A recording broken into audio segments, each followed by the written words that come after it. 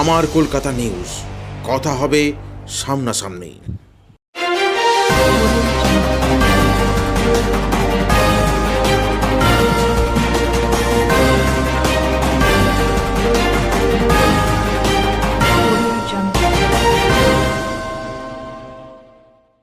তীব্র তাপদাহ নিয়ে বিশেষ নির্দেশিকা রাজ্য স্বাস্থ্য দপ্তরে।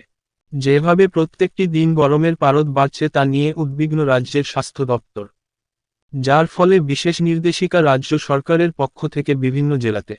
হুগলি জেলার মুখ্য স্বাস্থ্য আধিকারিক মৃগাঙ্ক মৌলিকর এ বিষয় নিয়ে জানান, রাজ্য স্বাস্থ্য দপ্তরের পক্ষ থেকে হুগলি জেলার প্রত্যেকটি বড় হাসপাতাল এবং ব্লক অফিসে ওআরএস সেন্টার ও শীততা নিয়ন্ত্রিত একটি ঘরের ইতিমধ্যেই বিশেষ ব্যবস্থা গ্রহণ করা হয়েছে, যাতে এই প্রখর তাপদাহে কোন ব্যক্তি যদি আক্রান্ত হয় তাকে প্রাথমিক সেই সেন্টারে রেখে চিকিৎসা করার ব্যবস্থা গ্রহণেই এই উদ্যোগ গ্রহণ করতে নির্দেশ দেওয়া হয়েছে রাজ্য সরকারের স্বাস্থ্য দপ্তরের পক্ষ থেকে। হুগলি জেলায় উত্তরপাড়া, শ্রীরামপুর, চন্দননগর, চুঁচুড়া, আরামবাগ মেডিকেল কলেজের ইতিমধ্যেই এই শীততাপ নিয়ন্ত্রিত বিশিষ্ট একটি ঘরের ব্যবস্থা করা হয়েছে সহ মানুষকে সচেতন করতে বিভিন্ন জায়গায় স্বাস্থ্য দপ্তরের পক্ষ থেকে পোস্টার দেওয়া হয়েছে। বড় হসপিটাল ছাড়াও বিভিন্ন গ্রামীণ ব্লক স্বাস্থ্য কেন্দ্রে এই ব্যবস্থা গ্রহণ করার নির্দেশিকা ইতিমধ্যেই জারি করা হয়েছে।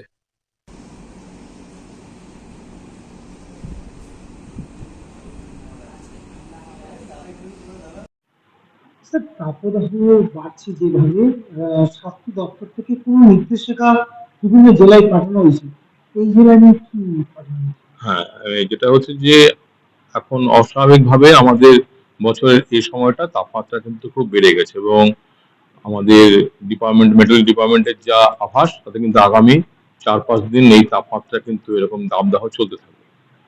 গত সপ্তাহেই আমাদের স্বাস্থ্য ভবন থেকে নির্দেশিকা জারি হয়েছে এবং গভর্নমেন্ট অফ ইন্ডিয়া থেকেও নির্দেশিকা জারি হয়েছে কি করণীয় এবং কি করবেন না, সেগুলো আমরা প্রতিটি আমাদের ব্লক হাসপাতাল এবং আমাদের সেকেন্ডারি এবং টারশারি হাসপাতালে আমরা পাঠিয়ে দিয়েছি।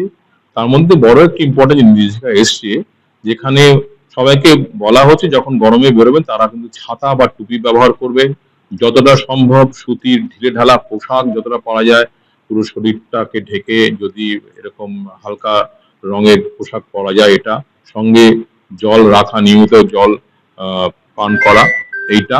আর হচ্ছে যদি কারোর কোনো অসুবিধা হয়, এই অসুবিধা কি হতে পারে, মাথা ঘুরতে পারে, অজ্ঞান হয়ে পড়ে যেতে পারে, গা হাত পা বমি বমি করতে পারে, গা হাত পা ব্যথা, অজ্ঞান হয়ে পড়ে গেলেন, ঝিমুনি, এগুলি হয় উপসর্গ হিট স্ট্রোকের। তাহলে সঙ্গে সঙ্গে তাকে কোনো নিকটবর্তী হাসপাতালে নিয়ে আসা এবং সেখানে তাকে সারা শরীরটা জলে ভিজিয়ে দেওয়া, বা বরফ গলা জল না, এমনি জল দিয়ে ভিজিয়ে একটু তোয়ালে দিয়ে মুছানো, এবং শরীরের যেসব এলাকায় রক্ত জল বেশি হয় যেমন ঘাড়ে, বগলে, কানে, গুচিতে, এসব জায়গায় আমাদের ঠান্ডা জল, বরফ গলার জল, সেই আইস প্যাক যদি দিয়ে রাখা যায় তাহলে শরীরের তাপমাত্রাটা কমে যাবে দ্রুত।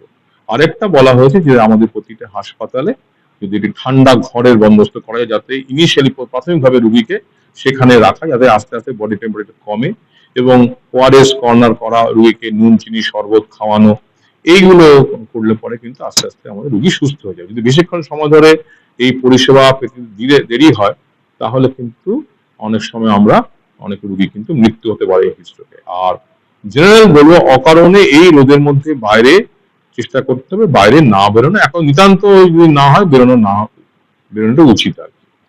আর যদি বেরোতে হলে এই অবশ্য কর্তব্যগুলো আমাদের করা উচিত। আমাদের হাসপাতালগুলো সব ব্যবস্থাই করা হয়েছে এবং আমরা যা যা করণীয় সেগুলো আমরা ব্যবস্থা নিয়েছি। দেবো তো একটু পরে করছি। স্যার, এখন কটা জেলায় কটা হসপিটালে ব্যবস্থা করা আছে? আমাদের তো এখানে ডিস্ট্রিক্ট হসপিটাল এবং এসডি বা এসডি 4টি হসপিটাল আছে, সব জায়গাতেই এই ব্যবস্থাগুলো আছে।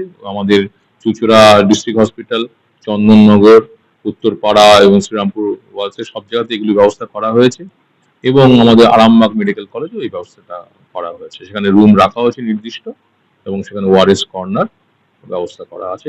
গেলে আমাদের যদি কোনো রোগী আসেন আমাদের অসুবিধা হবে না কিছু। প্রত্যন্ত গ্রামীণ এলাকা, সেখানে ব্লক হাসপাতালের ব্যবস্থা আছে, সেখানে তারা রুগী নিয়ে এলে আমার সব বিমসকে বলা আছে, সেখানে তারা দ্রুত বন্দোবস্ত করে যা চিকিৎসা করতে পারে।